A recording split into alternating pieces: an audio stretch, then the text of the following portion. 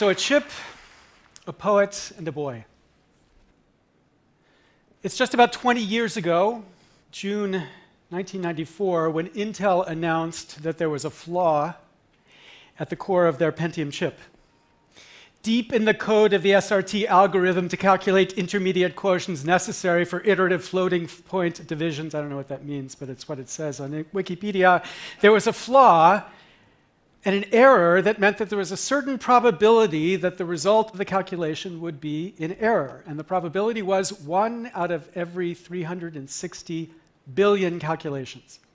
So Intel said your average spreadsheet would be flawed once every 27,000 years. They didn't think it was significant, but there was an outrage in the community. The community, the techies, said this flaw has to be addressed. They were not going to stand by quietly as Intel gave them these chips. So there was a revolution across the world. People marched to demand, okay, not really exactly like that, but they rose up and they demanded that Intel fix the flaw.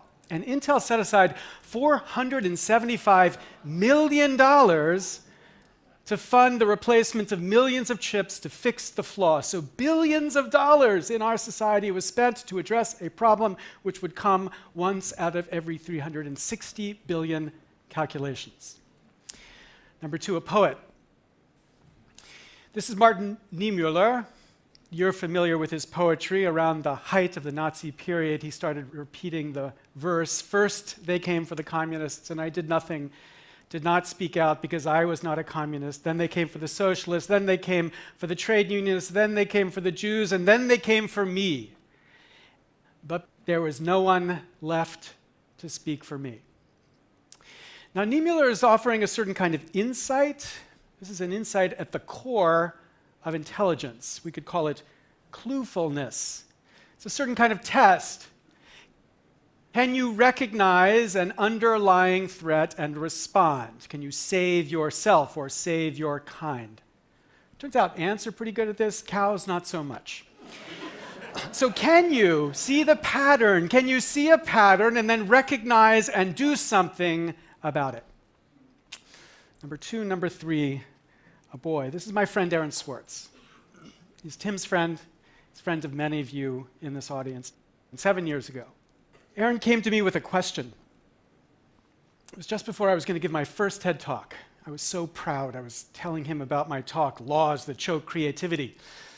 And Aaron looked at me and was a little impatient, and he said, "So how are you ever going to solve the problems you're talking about? Copyright policy, internet policy. How are you going to ever address those problems so long as there's this fundamental corruption in the way our government works?" So I was a little put off by this. He wasn't sharing in my celebration. And I said to him, Aaron, it's not my field, not my field. He says, "You mean as an academic, it's not your field?" I said, "Yeah, as an academic, it's not my field." He said, "What about as a citizen?" As a citizen. Now, this is the way Aaron was. He didn't tell, he asked questions. But his questions spoke as clearly as my 4-year-old's hug. He was saying to me, "You've got to get a clue. You've got to get a clue because there is a flaw at the core of the operating system of this democracy. And it's not a flaw every 1 out of 360 billion times our democracy tries to make a decision. It is every time, every single important issue. We've got to end the bovinity of this political society. We've got to adopt," turns out the word is the formatic attitude. That's what the internet tells me the word is. The ant appreciative attitude that gets us to recognize this flaw, save our kind, and save our demos. Now, if you know Aaron Swartz, you know that we lost him just over a year ago. It was about 6 weeks before I gave my TED Talk, and I was so grateful to Chris that he asked me to give this TED Talk, not because I had the chance to talk to you, although that was great, but because it pulled me out of an extraordinary depression I couldn't begin to describe, the sadness. Because I had to focus on what was I going to say to you. It saved me. But after the buzz, the excitement, the power that comes from this community, I began to yearn for a less sterile, less academic way to address these issues, the issues that I was talking about. We'd begun to focus on New Hampshire as a target for this political movement because the primary in New Hampshire is so incredibly important. There's a group called the New Hampshire Rebellion that was beginning to talk about how would we make this issue of this corruption central in 2016. But it was another soul that caught my imagination, a woman named Doris Haddock, aka Granny D.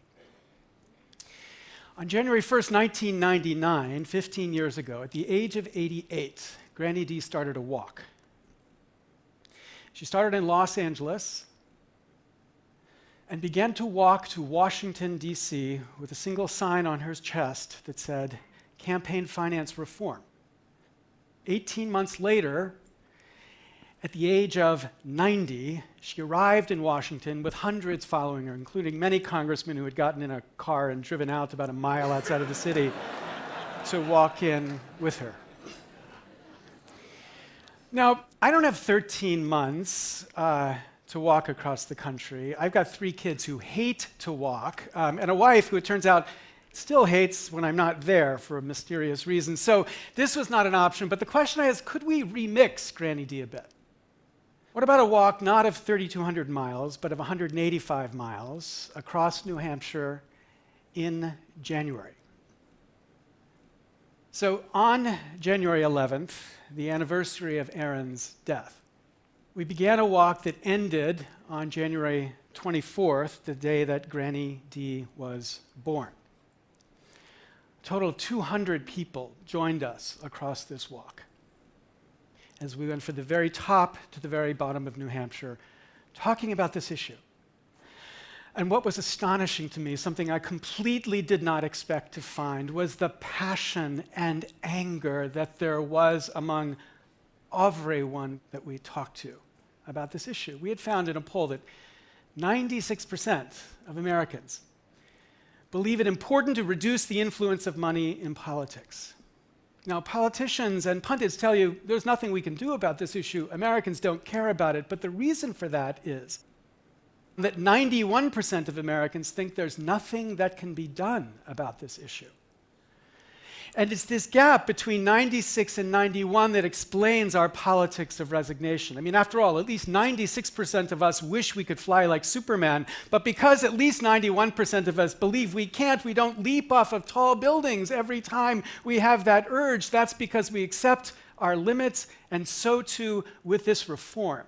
But when you give people the sense of hope, you begin to thaw that absolute sense of impossibility. As Harvey Milk said, if you give them hope, you give them a chance, a way to think about how this change is possible. Hope. And hope is the one thing that we, Aaron's friends, failed him with because we let him lose that sense of hope. I loved that boy. Like I love my son. But we failed him. And I love my country. And I'm not going to fail that. I'm not going to fail that. That sense of hope, we're going to hold and we're going to fight for, however impossible this battle looks. What's next? Well, we started with this march with 200 people, and next year there will be 1,000 on different routes that march in the month of January and meet in Concord to celebrate this cause. And then in 2016, before the primary, there will be 10,000 who march across that state, meeting in Concord to celebrate this cause. And as we have marched, people around the country have begun to say, can we do the same thing in our state? So we started a platform called GD Walkers, that is Granny D Walkers. And Granny D Walkers across the country will be marching for this reform, number one. Number two, on this march, one of the founders of Thunderclap, David Casino, was with us. And he said, well, what can we do? And so they developed a platform, which we are announcing today, that allows us to pull together voters who are committed to this idea of reform. Regardless of where you are in New Hampshire or outside of New Hampshire, you can sign up and directly be informed where the candidates you are on this issue, so you can decide who to vote for as a function of which is going to make this possibility real. And then finally, number 3, the hardest here. We're in the age of the super PAC. Indeed, yesterday, Merriam announced that Merriam-Webster will have super PAC as a word. It is now an official word in the dictionary. So on May 1st, May 1, aka May Day, we're going to try an experiment. We're going to try a launching of what we could think of as a super PAC to end all super PACs. And the basic way this works is this. For the last year, we have been working with analysts and political experts to calculate how much would it cost to win enough votes in the United States Congress to make fundamental reform possible. What is that number? $500 million? $1 billion? What is that number? And then whatever that number is, we are going to kickstart, sort of, because you can't use Kickstarter for political work, but anyway, kickstart, sort of, first a bottom-up campaign where people will make small dollar commitments contingent on reaching very ambitious goals, and when those goals have been reached, we will turn to the large dollar contributors to get them to contribute to make it possible for us to run the kind of super PAC necessary to win this issue, to change the way money influences politics, so that on November 8th, which I discovered yesterday is the day that Aaron would have been 30 years old. On November 8th, we will celebrate 218 representatives in the House and 60 senators in the United States Senate who have committed to this idea of fundamental reform. So, last night we heard about wishes. Here's my wish. May 1. May the ideals of one boy unite one nation behind one critical idea that we are one people. We are the people who were promised a government that was promised to be dependent upon the people alone, the people, who, as Madison told us, meant not the rich more than the poor. May 1. And then may you. May you join this movement, not because you're a politician, not because you're an expert, not because this is your field, but because if you are a citizen. Aaron asked me that. Now I have asked you. Thank you very much.